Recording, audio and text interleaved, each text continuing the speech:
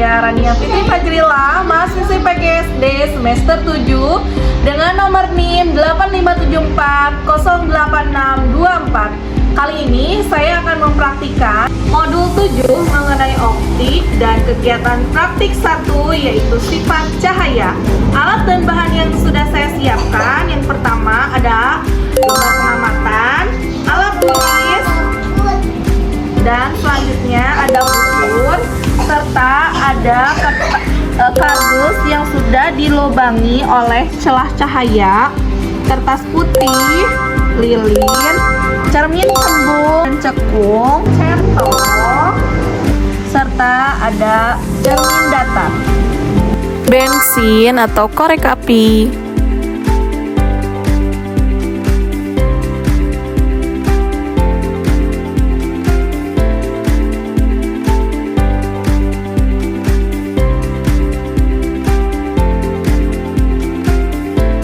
Langkah pertama, nyalakan senter melalui handphone, lalu kita arahkan ke dalam celah cahaya, serta sejajarkan dengan arah cermin. Amati dengan baik jalannya berkas cahaya pada saat sebelum dan sesudah mengenai cermin datar.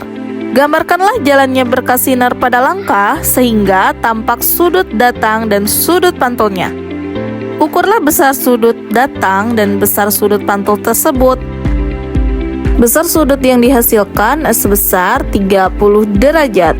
Jadi dapat disimpulkan sudut datang sama dengan sudut pantul sesuai dengan hukum pemantulan.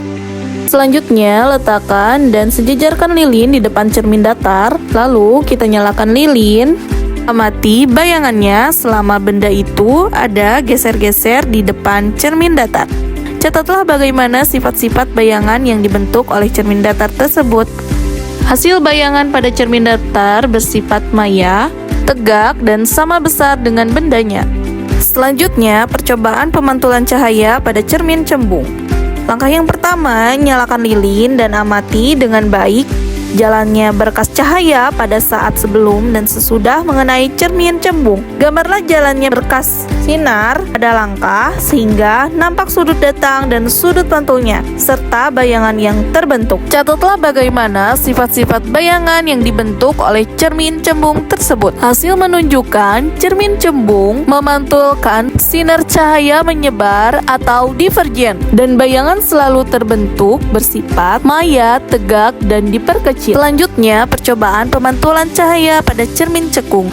Nyalakan lilin dan amati dengan baik jalannya berkas cahaya pada saat sebelum dan sesudah mengenai cermin cekung. Gambarkanlah jalan berkas sinar pada langkah sehingga tampak sudut datang dan sudut pantulnya, serta bayangan yang terbentuk. Catatlah bagaimana sifat-sifat bayangan yang dibentuk oleh cermin cekung tersebut. Aturlah jarak benda atau letak layar agar pada layar terbentuk bayangan yang jelas dan tajam. Selanjutnya, ukur jarak benda dan jarak bayangan. Hasil menunjukkan bayangan terbentuk nyata pada layar, bayangan bersifat nyata dan terbalik. Jika benda di depan cermin cekung terus digeser menjauhi cermin, maka pada jarak tertentu bayangan benda akan menghilang.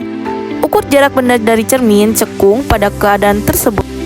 Pada jarak 15 cm, panjang bayangan benda 5 cm. Pada jarak 20 cm adalah 4 cm. Pada jarak 25 cm, panjang bayangan benda adalah 3 cm. Hasil menunjukkan semakin jauh benda dari cermin cekung, maka akan semakin kecil bayangan yang dihasilkan. Dengan jarak fokus cermin cekung